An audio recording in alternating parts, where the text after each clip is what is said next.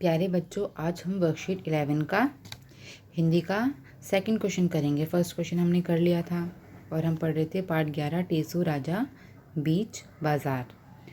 तो हम दूसरा प्रश्न पढ़ते हैं। नीचे दी गई कविताओं की पंक्तियाँ पूरी करें। पहला टेसू और बीच में है ब्लैंक और अनार। तो यह आपको क्या करना है, कविता में से देख कर लिखना है। और ये पहला ही है, टेसू राजा बीच बाजार खड़े हुए ले रहे अनार। दूसरा है इस, फिर है खाली पंक्तियाँ और खाने। इसका आंसर है इस अनार में कितने दाने, जितने हो कंबल में खाने। तीसरा देखो, कितने, फिर खालिस्तान बताने। और यह इस प्रकार है, कितने हैं कंबल में खाने, भेड़ भला भला क्यों लगी बताने। चौथा देखो, एक खालिस्तान जितनी, एक झुंड में भेड़ें कितनी, एक पेड़ पर पत्नी जितनी। पांचवा देखो, एक, फिर खालिस्तान लत्ते, एक पेड़ पर कितने पत्ते, जितने गोपी के घर लत्ते। तो यह शुरू की 5 पंक्तियां हैं जो आपकी किताब की कविता है टेसू राजा बीच बाजार की। तो आप उसमें से देखकर इसको पूरा कर सकते हैं। तीसरा देखो क्वेश्चन, देखो समझो और लिखो।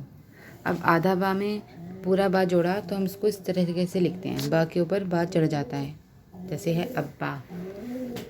अब आधा का और का को जोड़ेंगे तो क बन जाएगा, आधा का और का।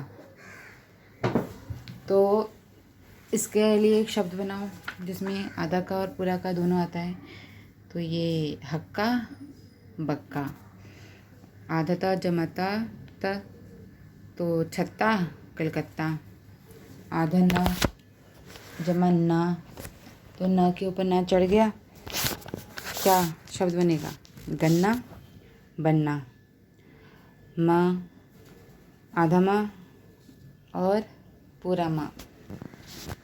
तो शब्द बनाओ, मम्मी अम्मी बना सकते हैं ना आप।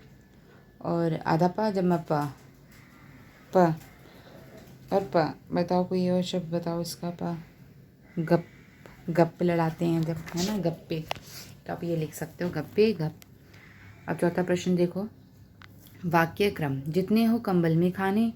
इस वाक्य को इस तरह भी लिख सकते हैं, कंबल में जितने खाने हों।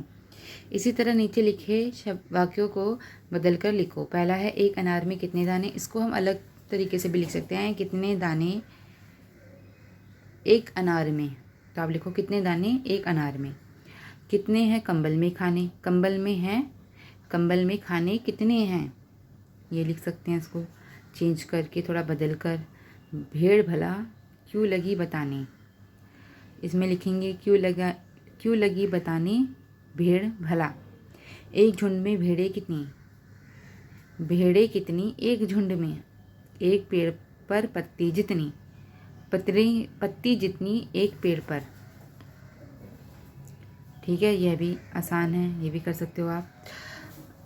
पांचवा प्रश्न देखो, दिए गए चित्र में रंग भरो और अनार के बारे में 3 वाक्य लिखो। यह तो बहुत आसान है, इसमें तो आपको सिर्फ रंग भरना है। फलों की टोकरी है और इसमें चीकू है, आम है, सेब है, अंगूर है, केला है और ये क्या है, पपीता। तो इसमें आप रंग भरो अपनी पसंद के अनुसार, टोकरी में रंग भरना। ठीक है। अनार के बारे में हमें 3 वाक्य लिखना है। अनार एक फल होता है, अनार एक फल है। दूसरा वाक्य हम लिखेंगे, अनार लाल रंग का होता है और अनार में बहुत सारे दाने होते हैं। ठीक है, ये हिंदी की वर्कशीट हमने कर ली।